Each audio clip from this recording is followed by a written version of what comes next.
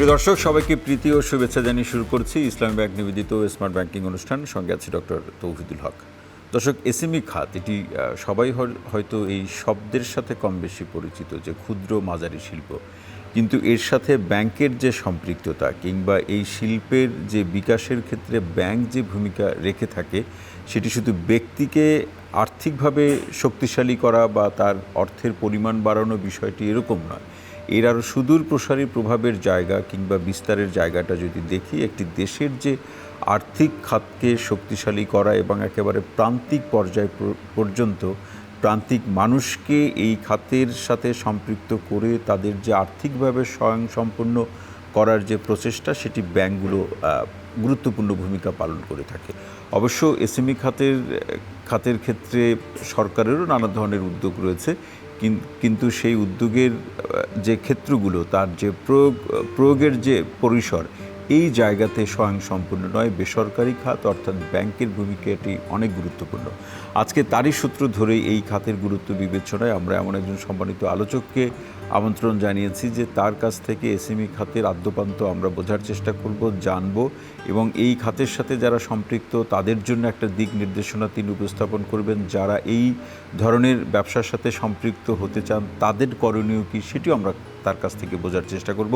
আজকে আমাদের সঙ্গে আছেন ব্র্যাক ব্যাংকের সম্মানিত অতিরিক্ত ব্যবস্থাপনা পরিচালক এবং এসএমই ব্যাংকিং ডিভিশনের সম্মানিত হেড হিসাবে তিনি দায়িত্ব পালন করছেন সৈয়দ আব্দুল মোমেন। আপনাকে অনুষ্ঠানে স্বাগত জানাচ্ছি। মোমেন ভাই, শুরুতে আসতে চাই যে আমরা যে এসএমই ব্যাংকিংয়ের যে প্রসঙ্গ কতটুকু বাংলাদেশ ক্ষেত্রে এগোতে পারলো, সেটাও আমরা আপনার কাছ থেকে বোঝার চেষ্টা করব। আমরা শুরুতে যদি একটা বোঝার চেষ্টা করি, যিনি একেবারে এসএমই খাতকে আজকে এই অনুষ্ঠানের মাধ্যমে বুঝতে চাইবেন, তাকে সামনে রেখে বা তাকে কেন্দ্র করে যে এসএমই খাত বলতে আসলে আমরা কি বুঝবো?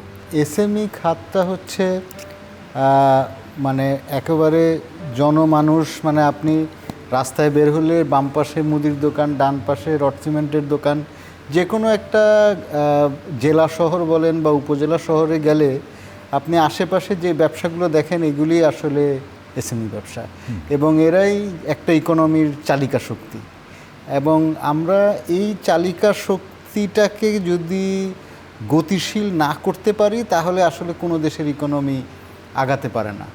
আমরা পোস্ট সেকেন্ড ওয়ার্ল্ড ওয়ার যে সমস্ত দেশগুলো ভালো করেছে বা যে এগিয়ে গেছে, সেই সমস্ত দেশগুলোর যদি ইকোনমিতে জিডিপির কন্ট্রিবিউশন দেখি, that is somewhere around like 50% থেকে 70% লেভেলে।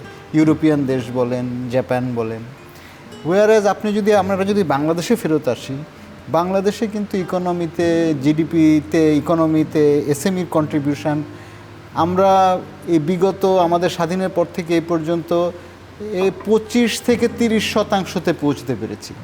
তো যেটার আসলে মূল কারণ হচ্ছে আমরা এই এসএমই সেক্টর বা এসএমই খাতটাকে ওইভাবে করে এখানে বিনিয়োগ আসেনি।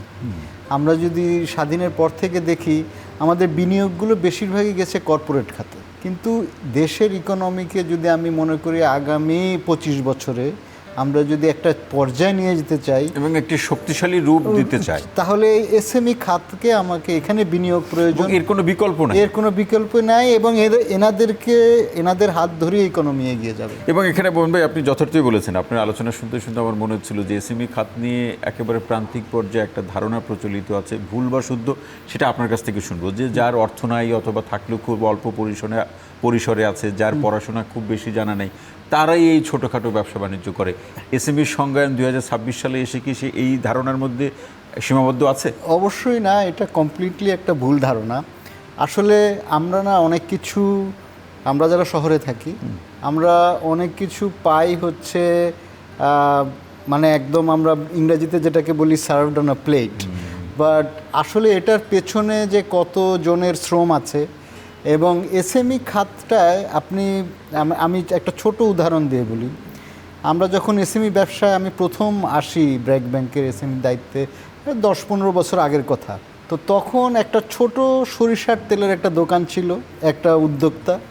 তো উনি আমাদের কাছে আসলেন, আমরা তখন তাকে 5 লক্ষ টাকা ঋণ দিই।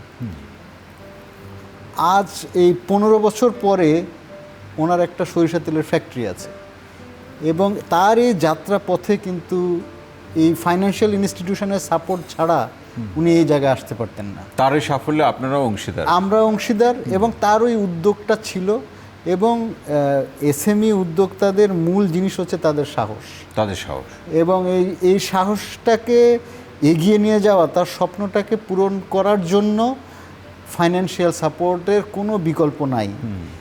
অবশ্য আবার হ্যাভিং সেড দ্যাট, এই অ্যাক্সেস টু ফাইন্যান্স কিন্তু তাদের অনলি প্রবলেম নয়, আরও অনেক প্রবলেম আছে।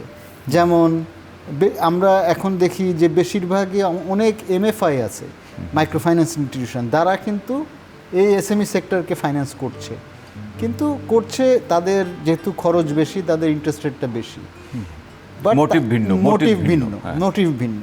কিন্তু আমরা করছি ব্যাংক রেটে করছি, এবং আমাদের করতে গেলে আমাদের বাংলাদেশ ব্যাংকের নিয়ম নীতি মেনে করতে হবে। মেনে করা মানে কি, ওই ব্যবসাটা কিন্তু ইনফর্মালি রয়ে যায় যখন এমএফআইয়ের ফাইন্যান্সিংয়ে আসে, কিন্তু যখন একটা ব্যাংক ফাইন্যান্স করে তার ট্রেড লাইসেন্স লাগে, তার ট্যাক্স জমা দিতে হয় প্রপারলি, তার টিন লাগে, তার ব্যবসার জন্য যে সমস্ত স্পেসিফিক লাইসেন্সের প্রয়োজন হয় সেই সবগুলো আপনাদেরকে দেখে নিতে হয়, সেটা যাচাই বাছাই করতে হয়, এবং এখানে সে ফর্মাল হয়ে গেল কিন্তু ইন দ্য প্রসেস। এবং বোন ভাই, এই যে যারা এসএমইর এই প্রক্রিয়ার সাথে যুক্ত হতে চায়, ব্যাংক থেকে ঋণ বা আর্থিক সহযোগিতা নিতে চায় ঋণের মাধ্যমে, তাদের প্রেক্ষাপট বিবেচনা করে আপনি যে প্রশ্ন বা প্রক্রিয়াগুলোর কথা বললেন, এটি আরও বিস্তারিত আমরা শুনবো। তবে আসলে আমাদের থেকে বেশি বেগ পেতে হয় যারা এসএমই আছে তাদের, কারণ তাদের অনেকটা জানেই না যে কি করতে হবে। তো আসলে এসএমই সেক্টরে ফাইন্যান্স করতে গেলে আমরা যেমন ব্র্যাক ব্যাংকের এক্সাম্পল দিয়ে বলি, আমরা কিন্তু ওনারা আসে না, আমরা ওনাদের কাছে যাই। এবং এসএমই সেক্টরের যারা কাজ করে তাদের একটা ভীতি আছে ব্যাংকের প্রতি, যে এই ব্যাংকে গেলে এরা অনেক কাগজপত্র চাইবে, ও তারপরে একটা ঋণ দিতে 1 মাস 2 মাস লাগবে, মানে সঠিক সময় টাকাটা না পেলে ও কিন্তু সেই লাভটা করতে পারে না, ব্যবসায় বন্ধ হয়ে যাও। তো সেই কারণে আমরা যেটা করে থাকি, আমরা কিন্তু ওনাদেরকে অ্যাওয়্যার করি, আমরা ওদেরকে হেল্প করি, ট্রেড লাইসেন্স তৈরি করতে হেল্প করি, স্পেসিফিক লাইসেন্স পেতে হেল্প করি, ট্যাক্সটা যেটা সাবমিট করার বিষয়ে হেল্প করবি, টিন করে দিই। ব্যাংক ফাইন্যান্সিংয়ের ক্ষেত্রে কিন্তু ফাইন্যান্সিয়াল রেকর্ড কিপিংটা ম্যান্ডেটরি, আমরা ওটা দেখেই লোনের অ্যামাউন্ট নির্ধারণ করি। তো আমরা যেটা করি, ইন দ্য প্রসেস ওদেরকে কিন্তু শিখিয়ে দিই কীভাবে ফাইন্যান্সিয়াল রেকর্ডটা রাখতে হয়। আর এসএমই ব্যবসায় কিন্তু ফান্ডের প্রয়োজন 3 মাস 6 মাস 1 বছরের মাথায় আবার লাগে। তো আমরা যেটা করি, ওনাদেরকে বলি আপনারা এইভাবে ফাইন্যান্সিয়াল রেকর্ড কিপিংটা করেন, তাহলে পরবর্তী সময় আপনার ঋণ বেগ পেতে হবে না। তো এই প্রসেসে কিন্তু আমরা ওনাদের অন দ্য জব এই ফাইন্যান্সিয়াল রেকর্ড কিপিংটাও শিখিয়ে দিচ্ছি। জি, মানে সেটা তো অবশ্যই, মানে একই সাথে তার যে গুরুত্বপূর্ণ এবং করণীয় কাজগুলোরও আপনাদের কাছ থেকে সে শিখে নিচ্ছে, মানে শিখতে পারে, এবং আপনারা এই কাজের প্রয়োজনে তাদেরকে সেই অভ্যাসে অভ্যস্ত করেন। এবং মার্কেটিংয়ের প্রসঙ্গে এটি তো একটা বড় একটা চ্যালেঞ্জের মধ্যে পড়তে হয় যারা এই উদ্যোক্তা হিসাবে আছেন। পাশাপাশি আপনারাও নানাভাবে তাকে নানা কৌশল রপ্ত করিয়ে দেন, নানা প্রক্রিয়ার সাথে সম্পৃক্ত করিয়ে দেন, সেটা কিভাবে করেন? কয়েকটা জিনিস এখানে আসলে আমি যদি আসি এসএমই খাতের উন্নয়নের জন্য, আমাদের কিন্তু বাংলাদেশ ব্যাংক সরকারের অনেক পদক্ষেপ রয়েছে, কিন্তু আমরা যেটা সমস্যাটা মনে করি, যারা এসএমই যাদের জন্য এ সমস্ত পদক্ষেপ, এই সমস্ত প্রণোদনা রয়েছে, তারা এটা জানে না। তো আমাদের মানে উচিত সমস্ত ব্যাংক বা financial institute, even central bank এবং সরকারেরও এইটা সম্পর্কে অ্যাওয়ারনেস বিল্ড আপ করা, যে আপনার জন্য কি কি ফ্যাসিলিটি সরকারের তরফ থেকে আছে। তো এইটা একটা আমি মনে করি যে এখানে এই জিনিসটা, অ্যাওয়ারনেসটা খুবই জরুরি, এবং সেক্ষেত্রে তখন তারা এগিয়ে আসবে। আর একটা এই ভয়টা কাটানো, এবং যেটার কারণে ব্র্যাক ব্যাংক, আমাদের প্রতিষ্ঠাতা স্যার আবেদ কিন্তু এই ব্যাংকটার প্রতিষ্ঠাই করেছিলেন এই ক্ষুদ্র উদ্যোক্তাদের মাঝে জামানতবিহীন ঋণ প্রদান করব এবং তাদের জীবনমান উন্নয়ন করব, তাদের স্বপ্ন বাস্তবায়ন করব, এই মটো নিয়ে আমাদের কিন্তু যাত্রা শুরু, সম্পূর্ণ ভিন্ন ধর্মী অন্য যে কোনো ব্যাংকের থেকে। সেই লক্ষ্যে আমরা এখনও অটুট আছি, এবং আমাদের ব্যাংকের প্রায় 50% বিনিয়োগ, টোটাল যা লোন আছে তার 50%ই এসএমই খাতে। এবং এই যেখানে ঋণের পরিমাণটা কিভাবে নির্ধারণ করেন? ঋণের পরিমাণটা আসলে নির্ধারণ করি আমরা, ওনার যে ব্যবসাটা আছে ব্যবসাটা পর্যালোচনা করি, তার সেল এবং তার নিজস্ব খরচ, তার কোম্পানির খরচ বাদ দিয়ে যেই টাকাটা তার উদ্বৃত্ত থাকে, এইটা দিয়ে সে কি পরিমাণ কিস্তি চালাতে পারবে, এইটা দিয়েই আমরা লোনের অ্যামাউন্ট মানে ক্যালকুলেশনটা এইভাবে ক্যালকুলেশনটা এটা সিম্পল ক্যালকুলেশন। সিম্পল। বাংলাদেশ ব্যাংকের যে নির্দেশনা, সেটি কি যারা এসএমই খাতের সাথে সম্পৃক্ত আছে বা এসএমই খাতের উদ্যোক্তা তাদের জন্য খুব কঠিন মানা? নির্দেশনাগুলো মানায় আমি বলবো একটু কঠিন, কারণ আমরা কিন্তু শুরুর দিক থেকে যেহেতু অ্যাওয়ারনেসটা কম এবং এটা মূলত সেক্টরটা মোস্টলি ইনফর্মাল, তো তাদের যে একটা যেমন ধরেন ট্রেড লাইসেন্স করতে হবে, তার একটা রেস্টুরেন্ট ব্যবসা হলে তার এই স্পেসিফিক লাইসেন্স প্রয়োজন, এখানেও অ্যাওয়ারনেসের অভাব। তারপরে যখন অ্যাওয়ারনেস দিলাম, তারপরে তার যে কয়টা কর্তৃপক্ষের কাছে যেতে হয় এই সমস্ত লাইসেন্সগুলো নিতে, এটাও তার জন্য কিন্তু একটা খুবই কঠিন বিষয়।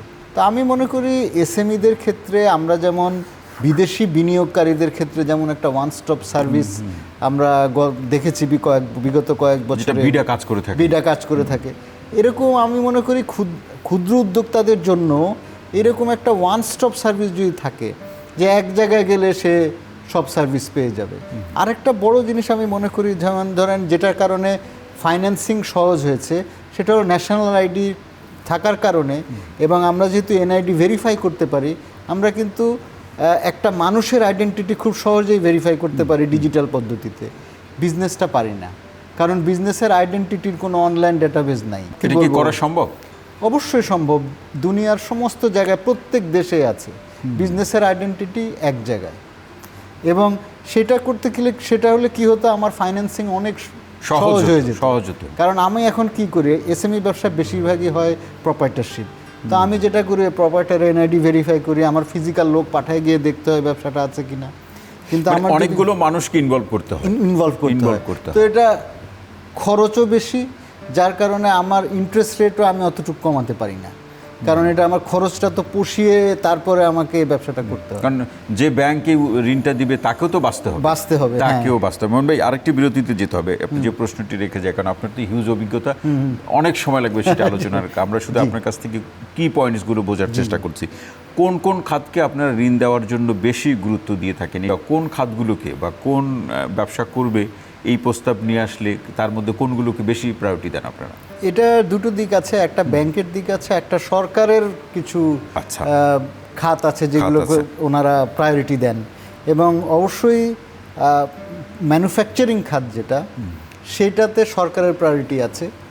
কিন্তু আমাদের দেশে আবার আমরা যখন ফাইন্যান্স করতে চাই, আমরা কিন্তু এসএমই সেক্টরটা একটু ট্রেডিং নির্ভর। আচ্ছা, সো আমরা দেখি যে ট্রেডিংটাই বেশি।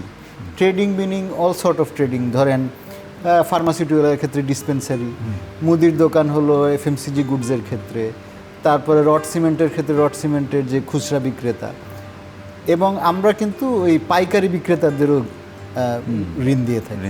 আর ম্যানুফ্যাকচারিংয়ের ক্ষেত্রে আমরা ওটাকেও প্রাধান্য দিই, আমাদের একটা বড় ফোকাস থাকে ম্যানুফ্যাকচারিংয়ের ক্ষেত্রে, কারণ ম্যানুফ্যাকচারিং খাতটায় ফাইন্যান্স করলে যেটা হয়, এখানে অনেক কর্মসংস্থান তৈরি হয় এবং সেটা প্রোডাক্টিভ সেক্টর।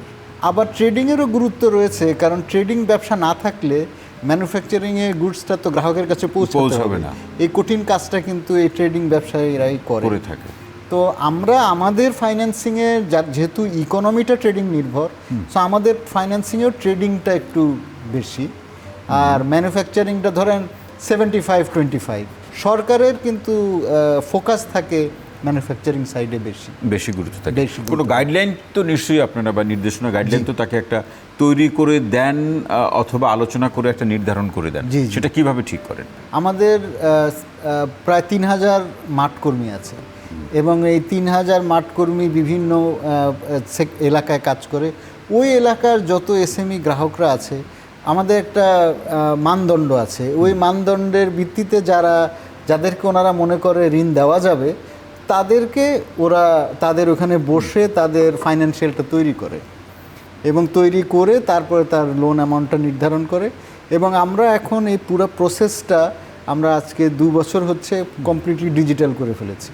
মানে আমাদের যে লোন কর্মী এবং যিনি অ্যাপ্রুভ করেন লোন, সবাই আসলে ট্যাবে অ্যাপ্রুভ করে এবং এখানে কোনো কাগজের ব্যাপার নাই, মানে একেবারে ট্রান্সপারেন্ট, একদম ট্রান্সপারেন্ট। একেবারে ট্রান্সপারেন্ট। এবং আরেকটি প্রশ্ন মোহন ভাই, সেটি হচ্ছে যে আমরা আজকের অনুষ্ঠানের মাধ্যমেও ফজলে হাসান আবেদ ভাইকে স্মরণ করছি। আমারও কিছু অভিজ্ঞতা আছে তার সাথে কাজ করার। তিনি একেবারে যে প্রান্তিক পর্যায়ের, একেবারে মানে প্রান্তিক বলতে আমরা যে বুঝে থাকি, সেখানের যে শিল্পগুলো একেবারে স্থানীয় পর্যায়ের, সেগুলো যেগুলো একেবারে হারিয়ে যেতে বসেছে অথবা একবার নিবু নিবু করে বেঁচে আছে, সেগুলোকে তুলে আনার জন্য কি ব্যবস্থা আছে ব্র্যাক ব্যাংকের?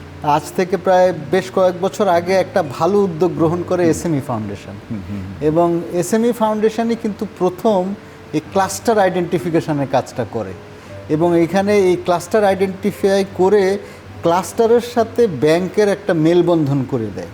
এবং কুষ্টিয়ার সাইডে একটা ক্লাস্টার আছে, এরা শামিয়ানা তৈরি করে। আচ্ছা, গ্রামের পর গ্রাম সবাই শামিয়ানা তৈরি করে, এবং ওরা পুরো বাংলাদেশে এই সাপ্লাই চেইনটা ওইখান থেকেই ম্যানেজ হয়, দ্যাট ইজ দ্য হাব। এরকম সিলেটে আছে ইন্টারেস্টিং একটা আগর আতর ক্লাস্টার আছে। আচ্ছা, এবং ওইখানে আগর গাছ হয়, ওইখানেও আমরা ফাইন্যান্স, এবং দেখা যায় একটা বংশ পরম্পরা এই শিল্পকে বাঁচিয়ে রাখা। সিরাজগঞ্জে আছে গামছা, আপনি ওইখানকার গামছাগুলো যদি দেখেন ভেরি হাই কোয়ালিটি। তো এই ক্লাস্টারগুলো, এবং এটা কিন্তু মানে ধরেন কোনো ইন্ডাস্ট্রি না, খালি গ্রামের পর গ্রাম মহিলারা বাসায় বসে বানাচ্ছে, কালারিংও ওরাই করছে, এবং করে ফিনিশ প্রোডাক্টটা ওরা ওদের ম্যানুয়াল পদ্ধতিতে তৈরি করছে, এবং আমরা ফাইন্যান্স করছি। এবং আপনি জেনে খুশি হবেন যে এখানে কিন্তু আদায়ে কোনো সমস্যা হয় না, বিকজ তাদের সেল ভালো, আদায় ভালো। এবং এই যে ক্লাস্টারের মাধ্যমে এসএমই ফাউন্ডেশনের এই উদ্যোগটাকে কিন্তু বাংলাদেশ ব্যাংকও সাধুবাদ জানিয়েছে, এবং নতুন রিফাইন্যান্সিং স্কিম বলি আমরা, যেটাতে বাংলাদেশ ব্যাংক আমাদেরকে অনেক কম সুদে ঋণ দেয়, যেটা ওই গ্রাহক পর্যায়ে ক্লাস্টারে আমাদের আরও কম সুদে আমরা দিতে পারি। এবং মোহন ভাই, আমরা একদম শেষের পর্যায়ে, এবারের প্রশ্নটা সম্মানের, সেটা এই অর্থে যে এই এসএমই খাতে যারা সম্পৃক্ত হন বা যে উদ্যোক্তা, তারা কতটা সম্মান পান? আমরা কর্পোরেট সেক্টরের যারা বড় শিল্পপতি যারা, বা যাদেরকে বিজনেস ম্যাগনেট ইত্যাদি ইত্যাদি বিশেষণ দিয়ে ব্যবহার করা হয়, কিন্তু এদের ক্ষেত্রে কি অবস্থা? এইটা একটা বিব্রতকর প্রশ্ন, কারণ ওরা ওই লেভেলের সম্মান আমি দেখি পান না।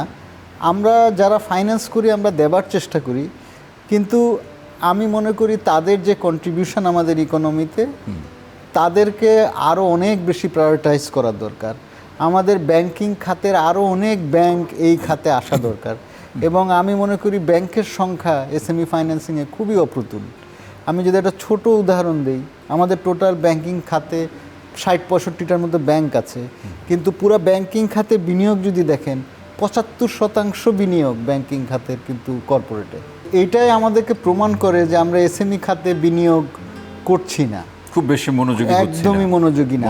কিন্তু এই জিনিসটা কিন্তু ইন্ডিয়াতে কয়েক বছর মানে বছর 15 আগে ছিল, কিন্তু তারা অনেক রকম ইনিশিয়েটিভ নিয়েছে, ইনিশিয়েটিভ মডেল পর্যন্ত ডেভেলপ করেছে, স্থানীয় শিল্পের প্রসারে, ডিজিটাল ইনফ্রাস্ট্রাকচার তৈরি করেছে, তারপরে স্মল ফাইন্যান্স ব্যাংক করেছে, যারা কাজ ম্যান্ডেটই হচ্ছে শুধু স্মল বিজনেসকে ফাইন্যান্স করা।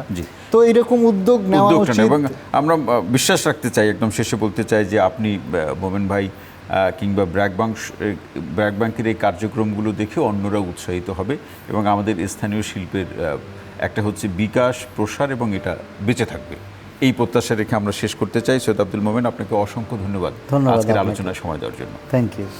প্রিয় দর্শক, ইসলাম ব্যাংক নিবেদিত স্মার্ট ব্যাংকিং অনুষ্ঠানটি এখানে শেষ করছি। সবাই ভালো থাকুন, সুস্থ থাকুন, নিরাপদে থাকুন। সঙ্গে থাকার জন্য অসংখ্য ধন্যবাদ।